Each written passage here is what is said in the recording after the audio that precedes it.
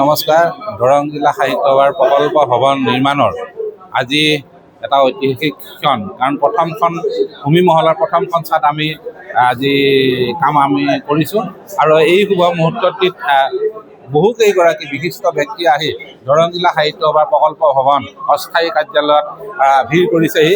আমি এই মুহূৰ্তত সকলোৰে মনৰ ভাৱ আমি বুজিবলৈ চেষ্টা কৰিম। প্ৰথমে আমি মনৰ ভাৱ বুজিবলৈ চেষ্টা কৰিম আমাৰ দৰং জিলা বিশিষ্ট উদ্যোগপতি, বিশিষ্ট সমাজ হিতৈষী শ্ৰদ্ধাৰ মুকুল ডেকাদা আছে আমাৰ, দাদাৰ পৰা দুই এষাৰ মনৰ ভাৱ শুভেচ্ছামূলক। মানে সঁচাকৈ আমাৰ মৃণাল আমি এটা মানে বহুত সাহস কৰি এই পদক্ষেপটো লোৱা হৈছে। বিশেষকৈ তোমাক ধন্যবাদ জনাইছোঁ। তোমাৰ মানে ইনিচিয়েটিভত এই কামটো আগবাঢ়িছে আৰু ইয়াত সহযোগে দেখিছোঁ প্ৰত্যেকেই মানে অলপ যেনেকৈ হওক এটা সহযোগ কৰি আছে আৰু মানে এটা পজিটিভ ভাইব্ৰেশ্যন এটা মানে ইয়াত মানে দেখিছোঁ মানে লাহে লাহে মানে বাঢ়ি গৈ আছে। আৰু আমি জানো যে এই ছাদখন নহয়, আমি তলৰখিনি আমি সম্পূৰ্ণ আমি ৰাইজৰ টকাৰে কৰিব পাৰিম। তাৰপিছত যদি আমাক চৰকাৰে অনুদান দিয়ে তেতিয়া আমি হ'লে আমি ভৱিষ্যতে পৰিকল্পনা আমি কৰিব পাৰিম। কিন্তু যি নহওক আমাৰ সাহিত্য সভাৰ নিজা ভৱন হ'ল আৰু সেইটো বৰ্তমানৰ যিখন সমিতি আছে মই সকলোকে যাক মই জ্যেষ্ঠজনক মই শ্ৰদ্ধা জনাইছোঁ, তেওঁলোকক মই মৰম স্নেহ দিছোঁ। তেওঁলোকে কাম কৰি থকা আৰু এইদৰেই আমাৰ সমাজখনত এটা সুন্দৰ পৰিৱেশৰ সৃষ্টিও হ'ব আৰু সাহিত্য ভৱন এটা আমাৰ নিজে স্থায়ীকৈ আমাৰ অতি সোনকালে হ'ব। ঠিক আছে, ধন্যবাদ দাদা। এনেকৈ আমাৰ মাজত এই মুহূৰ্তত আছে খাৰুপেটীয়া মহাবিদ্যালয়ৰ অৱসৰী অধ্যক্ষ ডক্টৰ বুধিন হাজৰিকা ছাৰ আছে। ছাৰে আমাক 1 মিনিট মনৰ ভাৱ প্ৰকাশ কৰিব আজিৰ এই ঐতিহাসিক মুহূৰ্ত এটা ধৰক ছাৰ।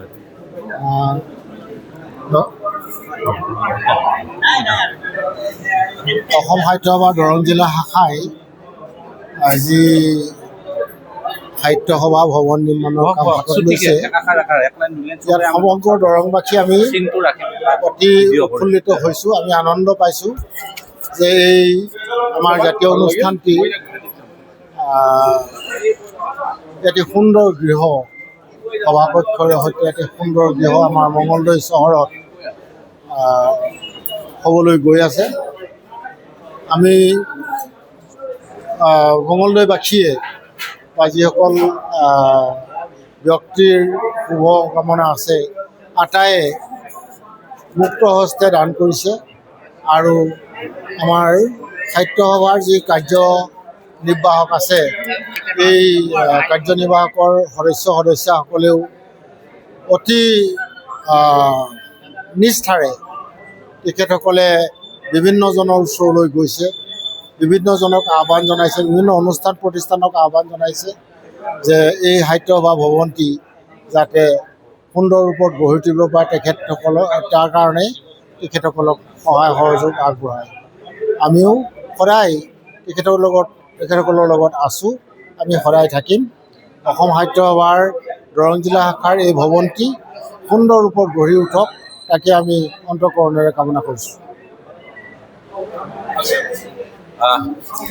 ধন্যবাদ ছাৰক, আমি আন্তৰিক ধন্যবাদ জ্ঞাপন কৰিছোঁ। আমাৰ মাজত আছে মঙলদৈ মহাবিদ্যালয়ৰ অৱসৰী অধ্যক্ষ, এগৰাকী বিশিষ্ট লেখক doctor Lokeswar Nath sir. Sir 1 minute, আজিৰ এই ধুনীয়া মুহূৰ্ত এটা দৰং জিলা সাহিত্য সভাৰ নতুন ভৱন আজি আমি কাম কৰি আছোঁ, কি ক'ব? আজি সাহিত্য সভাৰ নতুন ভৱনত আজি ছাদ ঢালাইটো উপস্থিত থাকি বৰ সুখী হৈছোঁ। আচলতে এই প্ৰকল্পটো যিধৰণে কৰা হৈছে এইটো আমাৰ মঙলদৈৰ কাৰণে এইটো বৰ ডাঙৰ এটা গৌৰৱৰ কথা হ'ব। এইটো যদি হৈ উঠে, মই ইয়াকে কৈ আমাৰ উদ্যোক্তাসকলক ধন্যবাদ জনাই ভগৱানৰ ওচৰত প্ৰাৰ্থনা জনালোঁ যাতে এইটো যাতে সোনকালে হৈ উঠে আৰু ইয়াতে আমি যাতে বহি মেলি সাহিত্য চৰ্চা কৰিবলৈ সুবিধা পাওঁ। ইয়াকে কৈ মোৰ ৰাজবংশীক ধন্যবাদ জনাই মোৰ বক্তব্যখিনি সামৰিলোঁ। ধন্যবাদ ছাৰ, আপোনাক ধন্যবাদ জ্ঞাপন কৰিলোঁ। আমি এতিয়া পোনে পোনে গৈছোঁ আমাৰ নতুন দৌৰংগ বাৰ্তালোচনীৰ সম্পাদক, এগৰাকী বিশিষ্ট সাহিত্যিক সুবক্তা শংকৰ কাকতি দা আছে আমাৰ লগত। দাদা, এই মুহূৰ্তত আপোনাৰ অনুভৱ? সকলোতকৈ ডাঙৰ কথা হ'ল যে যি অনুষ্ঠান প্ৰতিষ্ঠানৰ যিসকলে নেতৃত্ব বহন কৰে তেখেতসকলৰ ওপৰত জনসাধাৰণৰ আস্থা থাকিব লাগিব। আৰু আমাৰ দৰং জিলা সাহিত্য সভাৰ যি গৃহ নিৰ্মাণ আৰম্ভ হৈছে আৰু যিসকলে তাৰ দায়িত্ব গ্ৰহণ কৰিছে তেখেতসকলৰ সততা আছে, বিশ্বাস আছে। সেয়ে জনসাধাৰণে তেখেতসকলক আঁকোৱালি লৈছে আৰু উদাৰ চিত্তে দান বৰঙণি আগবঢ়াই আজি এইটো অৱস্থালৈ উন্নীত হৈছে। গতিকে নেতৃত্বক আমি এই ক্ষেত্ৰত যিসকলে নেতৃত্ব লৈছে, নিৰ্মাণ সমিতিয়েই হওক বা দৰং জিলা সাহিত্য সভাৰ বিষয়ববীয়াসকলেই হওক, তেখেতসকলক আমি পুনৰ আন্তৰিক ধন্যবাদ জনাইছোঁ আৰু আমি আশা ৰাখিছোঁ অনতিপলমে এই বিল্ডিং অতি সোনকালে সম্পূৰ্ণ হ'ব আৰু আমি সফলতা লাভ কৰিম। ধন্যবাদ।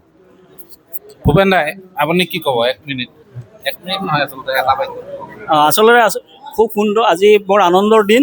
আমাৰ যিটো সপোনৰ প্ৰকল্প মঙলদৈ দৰং জিলা সাহিত্য সভাৰ যি সপোনৰ প্ৰকল্প আমাৰ মঙলদৈত আজি প্ৰথম চাদৰ ঢালাই হৈ গৈছে। গতিকে আমি সকলোৱে ইয়াত উপস্থিত হৈ এই আনন্দ উপভোগ কৰিছোঁ আৰু এইকাৰণেই আমি সকলোৰে সহযোগিতাৰে দান বৰঙণিৰে এই প্ৰকল্প নিৰ্মাণ হৈ আছে। গতিকে সকলোকে মই ইয়াত সহযোগ কৰিবলৈ আগবাঢ়ি আহিবলৈ মই অনুৰোধ জনাইছোঁ আৰু আমাৰ নিৰ্মাণ সমিতিক আচলতে ধন্যবাদ জ্ঞাপন কৰিছোঁ, অভিনন্দন জনাইছোঁ, যাতে অনাগত দিনত অতি সোনকালে আমাৰ এই প্ৰকল্পৰ কাম সম্পূৰ্ণ হয়। ধন্যবাদ।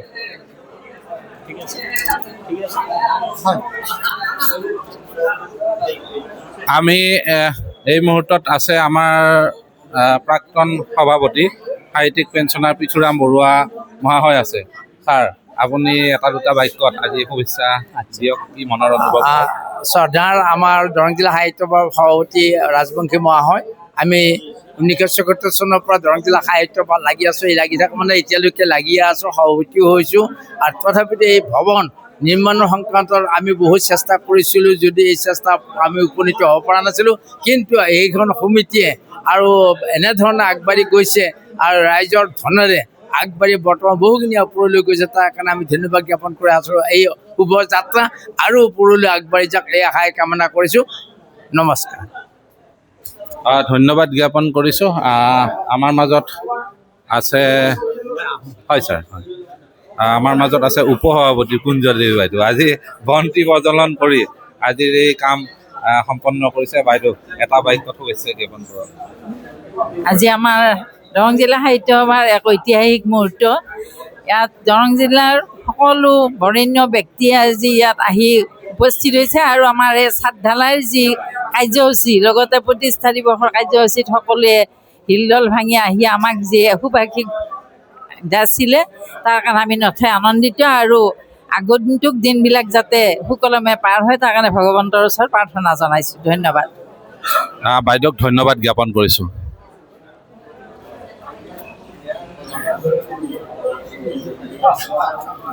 Cup.